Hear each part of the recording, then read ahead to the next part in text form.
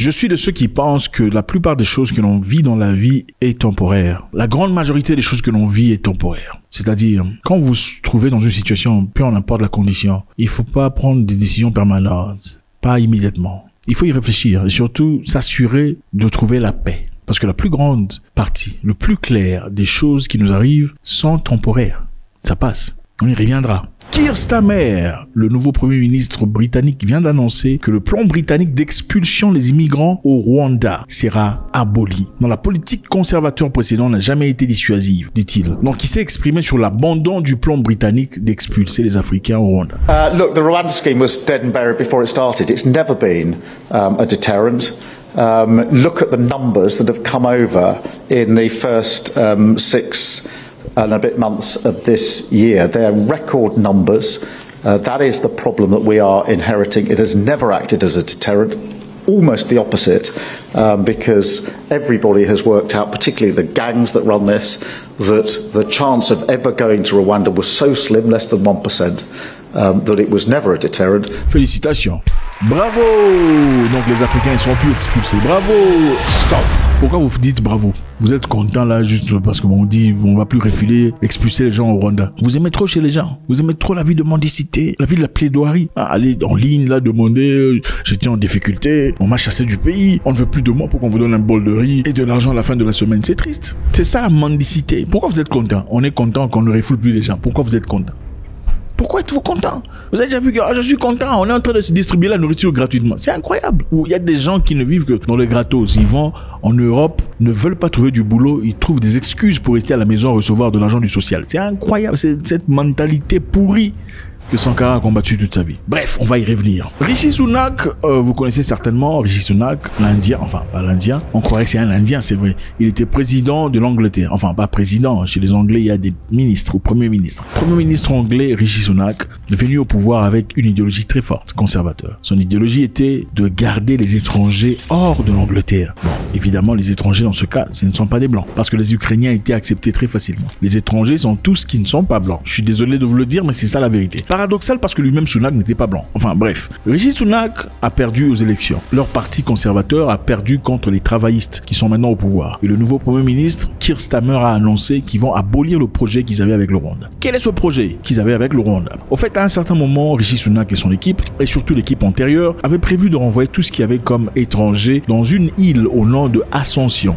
Ministers are reportedly considering sending asylum seekers here in Britain to a remote island over 4,000 miles from the UK in another ploy to stop the boats. This volcanic island, Ascension Island, it's called. En fait, c'est une île perdue entre deux continents, entre l'Afrique et les Amériques. Voilà Ascension, c'est incroyable. Je sais pas qui a imaginé ça, mais je pense que c'est Boris Johnson qui a imaginé cette histoire. Une île volcanique où il y a des cafards, des lézards, des serpents, des scorpions, des scolopendres. C'était ça l'objectif. Il faut jeter les Africains là-bas, comme ça, ils vont en tirer une leçon. Évidemment, c'était une proposition qui était faite, mais certains Européens ont dit c'est pas juste, c'est pas humain. On peut pas faire ça. Alors c'est en ce moment-là que les Anglais sont partis au Ghana pour discuter. Ils ont parlé avec le président ghanéen, disant écoutez, on a objectif d'envoyer les Africains qui viennent ici illégalement chez vous. Qu'est-ce que vous en pensez? Le Ghana a dit non. Voilà, ça ne peut pas partir de notre politique, en tout cas pas maintenant. Ils sont ensuite partis au Kenya. Ils ont proposé de l'argent, des centaines de millions de dollars au Kenya, pour que le Kenya reçoive les Africains qui vont illégalement en Angleterre. Le Kenya a dit non,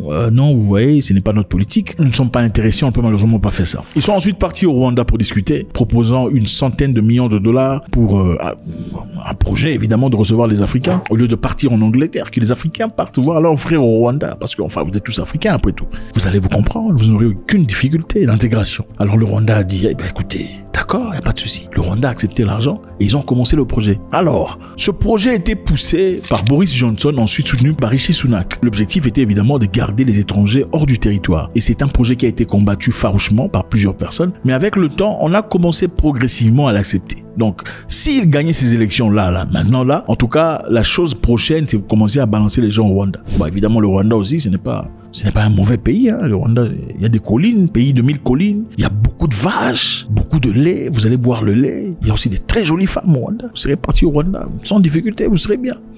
Enfin, Pourquoi vous voulez seulement chez les gens, vous voulez pas aller au Rwanda chez vos cousins? Bref, continuons notre histoire. C'est ce projet du Rwanda que Keir Starmer annonce vouloir abandonner immédiatement. Le premier ministre britannique Keir Starmer a déclaré qu'il ne poursuivrait pas la politique du précédent gouvernement conservateur consistant à expulser les demandeurs d'asile vers le Rwanda. Une décision saluée par les défenseurs des droits de l'homme et tout le monde. Évidemment, beaucoup de défenseurs des droits de l'homme accusent le Rwanda de ne pas respecter le droit de l'homme et tout le bazar. Le Rwanda aussi a répondu. Le Rwanda a déclaré avoir pris note de l'intention du gouvernement britannique de mettre fin à l'accord de partenariat sur la migration et le développement économique, le qualifiant de problème du Royaume-Uni et non du Rwanda. Donc ce qui se passe, c'est un problème du Royaume-Uni, ce n'est pas notre problème. Maintenant, rentrons à notre histoire. La première question est celle-ci. Est-ce que le Rwanda avait tort d'accepter ce projet, d'accepter de l'argent de l'Angleterre pour recevoir des Africains? Après tout, vous êtes Africain, vous y retrouverez facilement. Vous y accommoderez plus facilement que vous le ferez chez les Blancs. Enfin, différentes cultures, n'est-ce pas? Avait-il raison? Avait-il tort de le faire? Faites-moi savoir. Voilà ce que nous pensons. Beaucoup de personnes ont condamné le pays africain, disant pourquoi ils ont fait ça, ce n'est pas juste et tout le bazar. Seulement, partons de l'idée que chaque situation est temporaire. Après avoir accepté des centaines de millions de dollars, qui certainement aidera à la reconstruction du pays, à l'investissement dans l'infrastructure, à une injection commerciale, au développement des projets internes, n'était-ce pas une idée intelligente de la part du Rwanda d'accepter cet argent venant de la Grande-Bretagne, sachant que bon, après tout, ce n'est que ce gouvernement, après les élections, on va les faire tomber, donc le projet ne va jamais aboutir.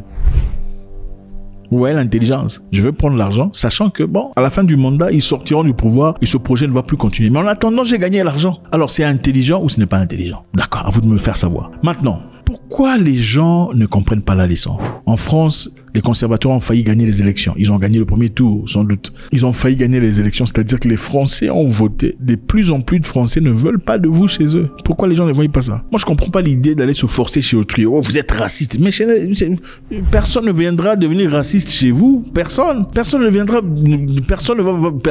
vous déranger chez vous. Et c'est bien, on comprend tout à fait. Il faut aller chez les gens, étudier, avoir l'intelligence et tout le bazar. Mais la finalité, c'est quoi? C'est aller développer chez toi. Il faut pas dire que non, le gouvernement, les membres du gouvernement sont corrompus. Mais ceux qui soutiennent le gouvernement, c'est qui? Si les membres du gouvernement sont corrompus, s'ils sont paupérisateurs, comment ça se fait qu'ils ont au pouvoir? Parce qu'il y a des gens comme vous qui les soutiennent. Et ces gens-là sont généralement les gens de leur famille, si pas les gens de leur tribu. Donc c'est cette mentalité qu'il faut combattre. Le tribalisme, le soutien absolu d'un leader voleur simplement parce qu'il est de votre tribu, c'est inacceptable. C'est ça qu'il faut combattre. C'est inacceptable d'aller chez les gens et dire vous ne m'aimez pas. Ce n'est pas chez vous, c'est chez autrui. C'est chez autrui. Il faut aussi dire que quand même, Keir Starmer a commencé un projet intelligent avec Rishi Sunak. Normalement, en Angleterre, quand tu étudies et que tu finis l'université en tant qu'ingénieur, par exemple, tu pourrais avoir le droit de rester ou de faire une demande d'emploi légitimement et commencer à travailler. Mais avec Rishi Sunak, il voulait évidemment effacer cette histoire, annuler cette capacité de pouvoir rester en Angleterre et travailler. Keir Starmer a dit qu'il va renverser tout ça. Ce qui est important ici à noter que on va chez les gens en y apportant quelque chose de positif.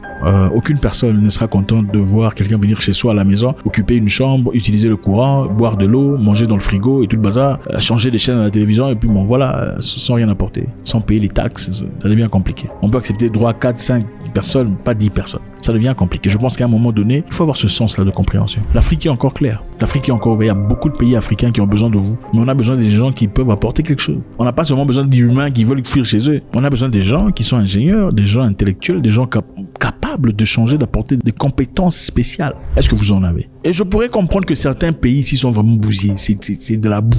On comprend tout à fait. Certains pays, c'est de la boue. Mais pour réussir, en tant qu'humain, il faut quitter votre pays, je comprends. Mais est-ce qu'il faut essentiellement aller là-bas? Point d'interrogation. Faites-moi savoir ce que vous en pensez. Est-ce que les choses vont changer avec Keir Starmer? Comment est-ce que l'Afrique va profiter de cette histoire? C'est quoi les avantages? Il faut pas être content quand on vous dit oh non, on va pas vous refouler. Il faut être pas content du fait que vous avez envie de quitter votre maison. God bless.